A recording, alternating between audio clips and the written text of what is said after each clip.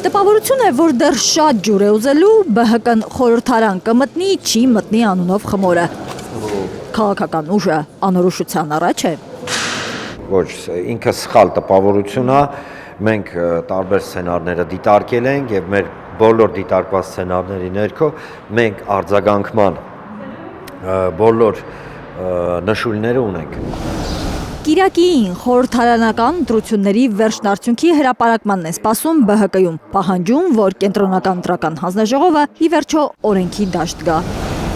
Դատարկ ակցիոնագրությունը Մի քանի տասնյակ ընտրատարածքներում ձայների վերահաշվարկը փոխեց պատկերը։ ԲՀԿ-ին անհրաժեշտից շատ ձայն վերադարձվեց, բայց հանկարծ ԿԸՀ-ն որոշեց իր լիազորություններից դուրս մի քայլ անել, անվավեր ճանաչել 10 կոտորակ 51 եւ 35 կոտորակ 65 ընտրատեղամասերի քվեարկության արդյունքները։ Արդյունքում Գագիկ Ծառուկյանի ղեկավարած քաղաքական ուժը 213 ձայն կորցրեց։ Դե տեսեք, իրանք մի բան են մտածում, մենք էլ ուրիշ բան կմտածենք։ Բարգավաճ Հայաստան կուսակցությունը չի խուսափում վերաքվեարկությունից, ճիշտ հակառակը։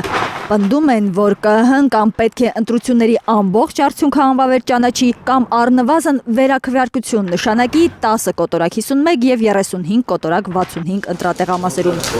Գոնե Արման Աբովյանը մտավախություն չունի, որ վերաքվեարկությունը հօգուտ ԲՀԿ-ի չի լինի, ու ԿՊ-ն կարող է շահեկան դիրքերում հայտնվել։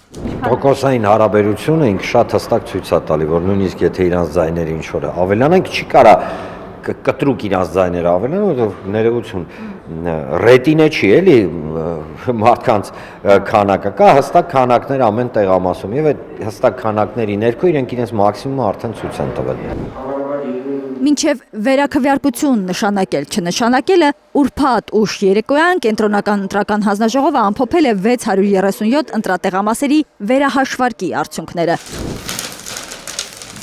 Խորհրդարան անցած ուժերից քաղաքացիական պայմանագիր կուսակցության քվեները ավելացել են 1148-ով, Ուժեղ Հայաստան դաշինքինը 508-ով,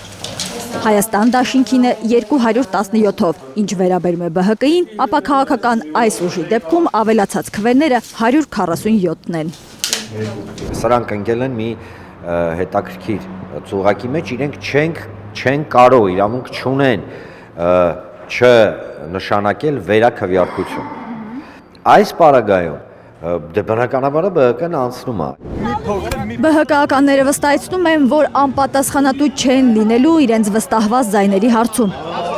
Արդեն հայտարարել են, որ կուսակցությունը քայլերի շարք է սկսել միտված պաշտպանելու արդարությունը, ընտրողի շահը եւ դիմակայելու իշխանության անօրինականություններին։ Արփիս Քեսյան, Միլենա Պողոսյան, Անիղան Դիլյան, Հայլուր։ Պետությունը պետք է պայմաններ ստեղծի։